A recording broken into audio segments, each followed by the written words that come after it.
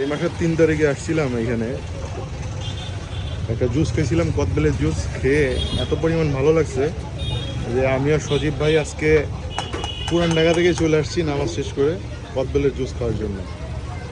আলহামদুলিল্লাহ, কদবেলের জুস অনেক মজা। এখানে আসলে খুব ভালো লাগবে। আপনার খাবেন?